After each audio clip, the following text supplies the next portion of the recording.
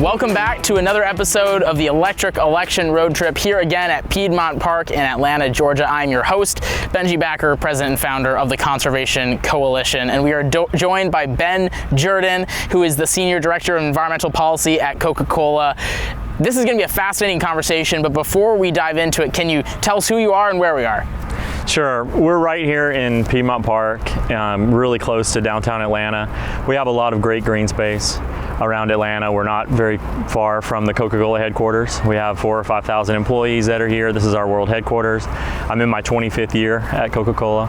I work as Senior Director of Environmental Policy in our Global Policy and Sustainability Group, and I'm on point for packaging and climate change. Awesome. So you've spent 25 years at Coca-Cola, and you're working on the climate change issue right now. What have been some of the biggest developments and changes you've seen over those 25 years when it comes to the way Coca-Cola looks at climate policy? Sure, and let me just back up a little bit and even talk maybe about a few things that happened before my time at Coca-Cola. You know, if you look at our history, you know, concepts of shared value and community and corporate social responsibility have been part of what we've been about for 130 years. You know, our first environmental programs were around litter reduction campaigns in the U.S. here in the late 1960s, early 1970s. Our first environmental group came together in the mid-1980s, coming after the fuel crisis here in the U.S. And so that was based around energy and climate protection. For about the last, I'd say, 20 years or so, you know, we've done external reporting on all of our environmental issues. We've sort of seen historically our key environmental sustainability issues as packaging, right, recycling and what have you associated with our packaging. Water, that's our number one ingredient in all of our beverages and the natural resource that we rely on most, and then energy and climate protection. Recently, we've added sustainable agriculture. So over the last, 6 or 8 years, we've added sustainable agriculture to our suite of environmental sustainability platform issues, that we go after. We are here in 2020. We're in sort of a destination year for many of our environmental goals. So we have long-term goals that we've been working on since 2012, 2013 around those 4 key areas. We're sort of updating our sustainability goals. 2 years ago, we launched our 2030 plan for packaging sustainability. We call that a world without waste. We've recently launched a new climate plan for 2030 that has at its core a science-based target, looking at more dramatic reductions to our carbon footprint, but also thinking about the climate's impact on us, and how do we and our global supply chain respond to the changes in the climate, and what can we do to better prepare ourselves for the future. That's incredible. So this has obviously been part of the culture for a while. You have these goals, which I'd love to get into. What have been some of the successful points over the past kind of 5 or 10 years that people should know about in the way that Coca-Cola has decreased its environmental impact? Sure. So if you look at the environmental or the energy and climate protection goal that's coming due, if you will, in 2020, we call that the drink in your hand goal. So in 2013, we set a commitment that by 2020, we would reduce the carbon footprint of the drink in your hand, right? The all-in, carbon footprint of that drink that we give to you as a consumer, that we would reduce that 25% from 2010 to 2020. As of the end of last year, we were at 24%. So well on our way and feeling really good about meeting that goal, over the course of the rest of 2020. And then again, transitioning to that 2030 climate plan, which goes a little bit deeper. Unpacking a bit the climate goal and the work over the last several years, we've had programs around bottling facilities, improving energy efficiency in our bottling facilities and our core operations, as well as our distribution, delivery trucks and that, cold drink equipment. So vendors, coolers, fountain machines, in customer locations, also in agricultural ingredients and packaging, of course. Packaging is about 30% of our overall carbon footprint, and so our packaging and our climate programs really do come together. So as you're looking kind of at that 25% that has been decreased since 2010, where do the sustainability goals lead for those next 10 years? Sure.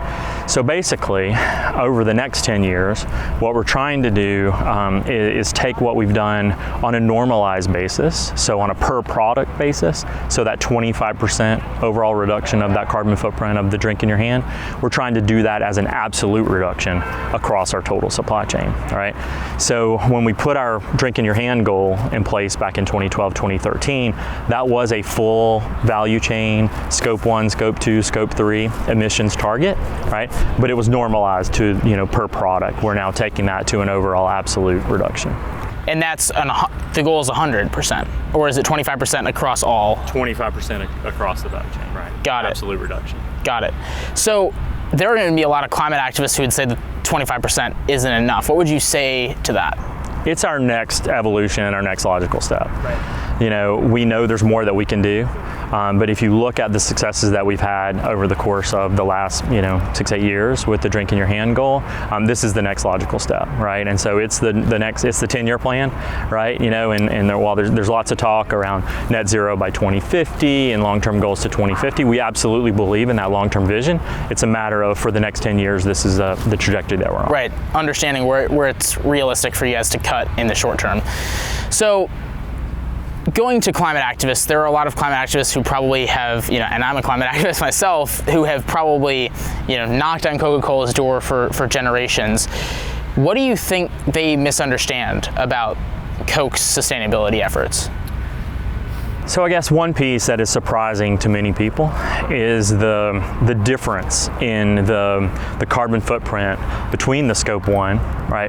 What we and our bottling partners do, the scope 2 and the scope 3, right? And what I like to say is 80 to 90% of our overall carbon footprint as a total business comes from something we buy, not something we do, right? Or make ourselves.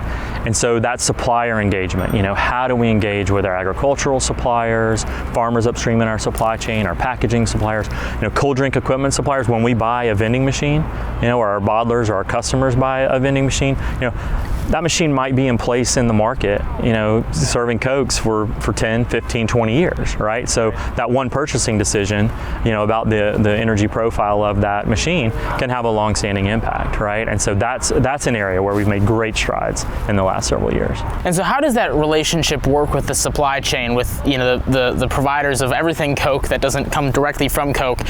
How do you have that relationship, and what do those conversations look like to make sure that they're also achieving sustainability goals? Sure.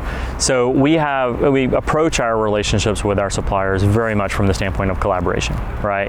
There's a mutual dependence, right? Between us and our suppliers. So we don't typically approach the suppliers with mandates. Thou shalt do it this way, right? But we set our global goals and targets, and then we work with our suppliers on a category by category basis and a supplier by supplier basis to make sure that they're making a contribution, to that. Of course, we do have, minimum, requirements and restrictions or constraints, right, for suppliers around performance specifications and human and workplace rights and environmental performance in that, right? But it very much is a collaborative process.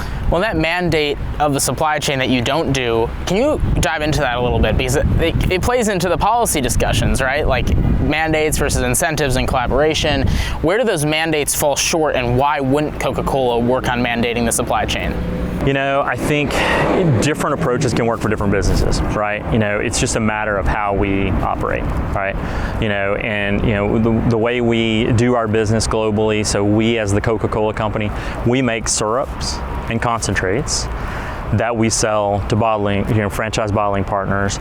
They add water, add sugar sometimes, or other sweeteners, add carbonation, put it in a bottle or a can and a truck, and put it out there into the marketplace, right? So that is a very different relationship, right, from how many different other companies work with their business partners. And then we together, right, engage our suppliers on the materials and the ingredients and the packaging that suppliers deliver to us as a total system. We have what we call the cross-enterprise procurement group, which is a group of Coca-Cola Company professionals that engage our global and regional suppliers around strategic initiatives like sustainability, right? And to make sure that we're going to have the goods and the services and the ingredients that we need for the future through those suppliers. That makes sense. And I think that kind of approach of collaboration allows you to have that relationship to lower the emissions and to lower the environmental stake, instead of burning a bridge and not having much happen within the supply. We feel like we have much more influence with the supplier we continue to buy from, right?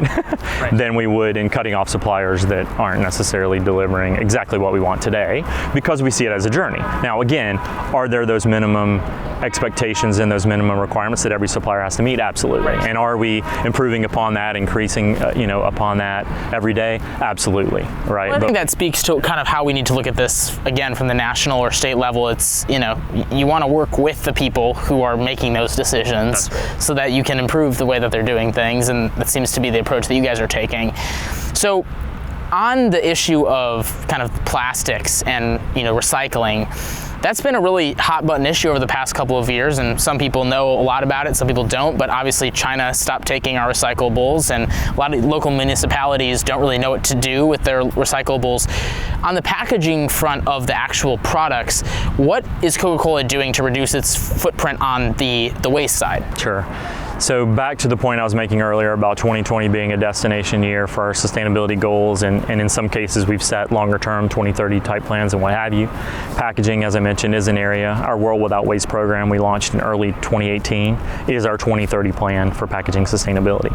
And the overall goal of that program is really to drive the circular economy for all of our packaging. So whether it's a plastic bottle, aluminum can, glass bottle, or any other type of packaging that we use, how do we drive the circular economy for that? So we have 3 action pillars as part of that program. Design is all about the design of the individual package. How do we make the packaging that we're putting into the marketplace more sustainable today than it was yesterday, more sustainable tomorrow than it is today, right? And so there's all sorts of R&D and innovation work that we're doing, as well as supplier engagement, right? As suppliers deliver that package to us. We have goals around the recyclability of our packaging, only fully recyclable packaging in the marketplace by 2025, the use of recycled materials in all of our packaging, 50% recycled material in every package by 2030. So that's the design pillar. The collect pillar is the next piece, which is really the core of the program, which is about no matter what packaging we put in the marketplace, how do we make sure that more and more of it is coming back, and collected for recycling programs and doesn't end up in the natural environment. And so the goal there is that for every package we put in the marketplace, again, regardless of the type of package, we want to help bring one back for collection and recycling. So that's the equivalent of 100% recycling rate or a collection rate goal, for the collection pillar. And then the third pillar is partnership.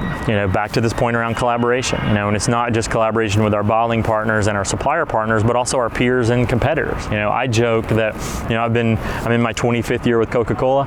I've spent more time with Pepsi people in the last 2 years, that I had in the 20 plus years before that, because of the collective action that's really happening out there in the industry and other multi-stakeholder approaches around the plastic waste issue and broader packaging sustainability, and how can we work together to really drive progress. So that progress seems to be on a more incremental basis. It's looking at things year by year and trying to make goals for the short term to be part of that long-term solution. We live in a world where the climate solutions and the waste solutions are often talked about as we need to solve this all by tomorrow. And if we don't, then it's not even worth exploring. What would you say to that? So I would say a couple of things. It absolutely is a journey. When I look at the different goals there, the long-term plan, the 10-year plan, certain aspects of that, we'll be hustling, in 2030, right, to try and make the goal. Other pieces you can move on more quickly, right, and so, for example, recyclability of packaging and changing package types, right, or using more recycled materials in packaging. We have 18 markets, 18 countries around the world that are using 100% recycled plastic for at least one of their brands of bottles, right? So there are the areas where you can make the step changes, but it absolutely is a journey. Where does Coca-Cola see its position on climate change within that incremental journey? Do you see yourselves as a major player? And if so, how? Look, we're a major global corporation that operates in over 200 countries, right? So, we're a highly visible corporation, and, we're a major player in things, right, the way we've approached climate, and energy and climate protection, it's always been one of our core, one of our top issues, but it isn't, we have not pushed ourselves to lead on energy and climate protection like we have with water stewardship. Again, number one ingredient, we're not much without it, right? Packaging, most of our products we're serving and are delivering in packaging, right? So very core. Climate change historically has been one of those issues where we don't see ourselves as having a disproportionate impact, right, relative to other industry players, right? However, the way the climate conversation has evolved, externally and in society, it's become more and more evident and more clear that we need to be showing more leadership in that overall conversation, right? And so that's been part of our thinking around how we've approached this 2030 plan. And so we'll be engaging a lot more in the bigger conversation. So young consumers and consumers in general have kind of pushed that conversation largely to where it's at right now. If you had an opportunity to speak to younger consumers at large to further this, what would you say to them, and what impacts can they make, and how?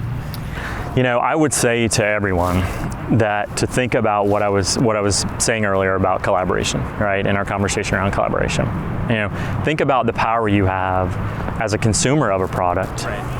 All right, and influencing that corporation, all right, to do the things that you want to have them do, rather than not purchasing a product, right, and thinking you're making a difference there. That's a statement, right? And there's a role for that, but that the power of the consumer to make a difference, with a brand and with a consumer products company, being an active consumer, that's a powerful thing. Yeah, and I think. Obviously the climate conversation is an international and national problem, and Coca-Cola has an impact internationally and nationally, but the individual with their dollar as a consumer voter matters.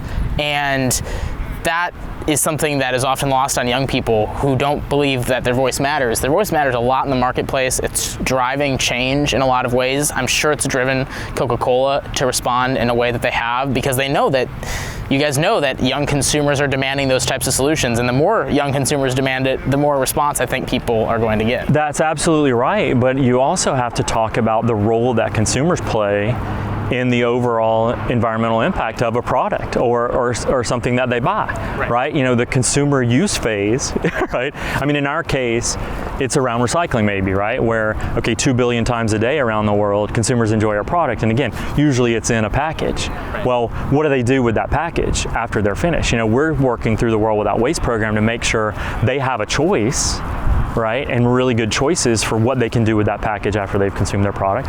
They need to know, we've got to educate them and make sure they know what their choices are. And then we have a role to play in motivating them to make those choices, right? That doesn't say it's all the consumer's responsibility, right?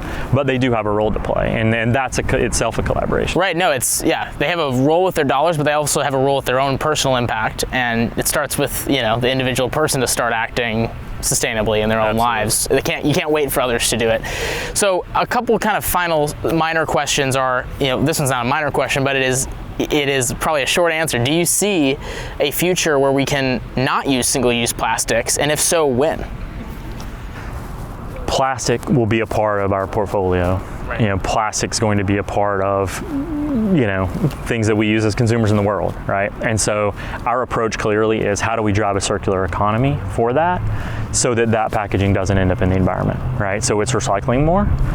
It's also using more recycled material, right? And that's a great demand signal to the market that says, hey, if you bring that package back, we're going to turn it into a new bottle for you, right? And so we're making big bets around that. We're also reducing the amount of material that we're putting in our packaging by lightweighting, our packaging, so there's less of an impact to start with. We're also using bio-based plastic. We launched a bio-based PET bottle, plant bottle, 10 years ago, and continue to use that and grow use of that. Well, I think that's really important, because it also, without saying it, you're saying we need technological advancement to improve, the single-use plastic problem, and, more technology to reduce the waste, and that's not going to happen overnight either. Yeah, well, and a key point there, and I was going to go back to your earlier question about these overnight changes versus a journey, right? We have in the past, I think, shied away from certain technological solutions because they weren't that holy grail answer that you felt like you needed to just solve the problem once and for all. overall. We've changed our approach, and we're looking more and more at, okay, is there a 5% solution or a 10% solution or a 15% solution, so that you're actually broadening the diversity of your portfolio, and giving people different choices for different points in time, different points in the day, right? Different sustainability environments relative to what they have available to them. And so those are exciting developments. Well, that's just even great to hear, because I think we often rely on the Holy Grail, and the more you rely on the Holy Grail, the longer you delay action. That's because right. The Holy Grail will never come, and we need incremental change to get to a Holy Grail or a holier Grail. All right, a fun question before the final question is, there are a lot of crazy flavors of Coke beverages, and if you go to the Coke Museum, the world of Coke, you can see the different types at the end. As someone who's traveled to a bunch of the countries that have these products, what's your favorite crazy Coke flavor? So the Guaraná products in Brazil are great, right? I love them, and you'll find them at the World of Coca-Cola. If you think about the core Coca-Cola trademark type of beverage, I love the cherry vanilla Coca-Cola, the cherry vanilla Diet Coke. It's great. And that finally got brought back recently. It wasn't very common until recently again, right. And now it is. So that's wonderful. Well, we still have about 20 days left of our journey. We've still got most of the Southeast and the Southwest to cover. What do you hope we find over the rest of this trip? I hope that you guys, as people who are engaged as activists in driving change around these topics, I hope you're energized, by the different people that you meet across the country. And I'd love to stay connected to you all, as well as some of the other people that you talk to see how we can move this all forward together. Well, I think one of the beautiful moments of this trip is hearing, hearing statements like that, because it shows that you have to have this relationship between activists and corporations and activists and elected officials. And they have to be respectful. Like the conversations have to be respectful. You have to find common ground, and then you have to push each other in the right direction. You talked about the important role individuals have, and we'll push you guys to do more, and that's just how it should be. So I really appreciate you taking the time on a busy schedule, also kind of a last-minute thing, and joining us on a beautiful day to talk about such important issues, and to have this conversation in a time where it sometimes is really hard to have these types of conversations. So glad to do it. Thanks for what you're doing, and look forward to staying in touch. Awesome. Well, for our viewers, this is another episode of the Electric Election Road Trip. Tomorrow we are headed off to Florida, where you'll catch us next for our next episode of the Electric Election Road Trip, and we can't wait for you to join us.